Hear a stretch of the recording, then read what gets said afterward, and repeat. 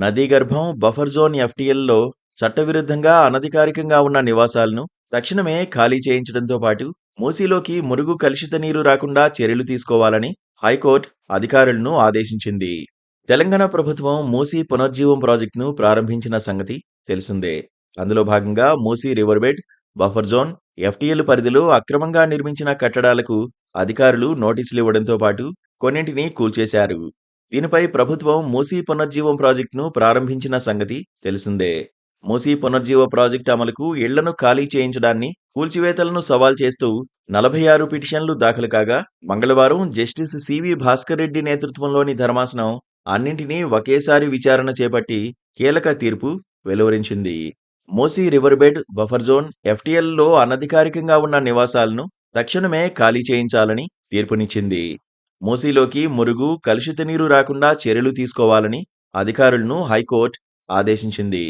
మూసీ పునర్జీవం ప్రాజెక్టుతో ప్రభావితం అవుతున్న వారిని సమగ్ర సామాజిక, ఆర్థిక సర్వేతో గుర్తించాలని చెప్పింది. ప్రభుత్వ విధానాల ప్రకారం ఆయా బాధితులకు సరైన ప్రాంతంలో వసతి కల్పించాలని చెప్పింది. దాంతోపాటుగా తగిన పరిహారం చెల్లించడం ద్వారా భూములను సేకరించాలని మార్గదర్శకాలు జారీ చేసింది. మూసీ రివర్బెడ్, ఎఫ్టీఎల్, బఫర్ జోన్లలో ఉన్న తాత్కాలిక, అనధికారిక నిర్మాణాలను నిర్దిష్ట గడువులోగా తొలగించాలని మార్గదర్శకాల్లో పేర్కొంది. అధికారులు 2012 బిల్డింగ్ నిబంధనలను ఖచ్చితంగా అమలు చేయాలని ఆదేశించింది. మూసీ నదిలోకి మురికినీరు రాకుండా చర్యలు తీసుకోవాలని, ఆక్రమణదారుల నిర్మాణాలను తొలగించేటప్పుడు సుప్రీంకోర్టు మార్గదర్శకాలను ఖచ్చితంగా అమలు చేయాలని సూచించింది. ఆక్రమణదారులకు నోటీసులిచ్చాకే చర్యలు చేపట్టాలని పేర్కొంది.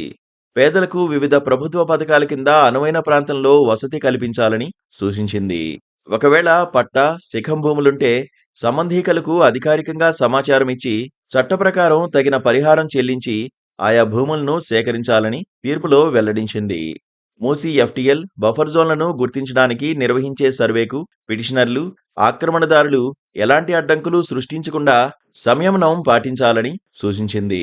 హైకోర్టు ఉత్తర్వుల అమలు కోసం ఇరిగేషన్, రెవెన్యూ, హైడ్రా, మున్సిపల్ శాఖల అధికారులకు పూర్తి స్థాయిలో పోలీసు భద్రత కల్పించాలని ఆదేశించింది. ఇక నుంచి నదులు, సరస్సులను, చెరువులు, నీటి వనరులను ఆక్రమించుకున్న కబ్జాదారులపై తెలంగాణ ఇరిగేషన్, వాల్టా చట్టాల కింద క్రిమినల్ కేసులు నమోదు చేయాలని తీర్పులో వెల్లడించింది. Please do subscribe to Please do subscribe to Please do subscribe to please do subscribe to please do subscribe to Please do subscribe to KTV Telugu. KTV Telugu. KTV Telugu. KTV Telugu. KTV Telugu. KTV Telugu. Please do subscribe to KTV Telugu.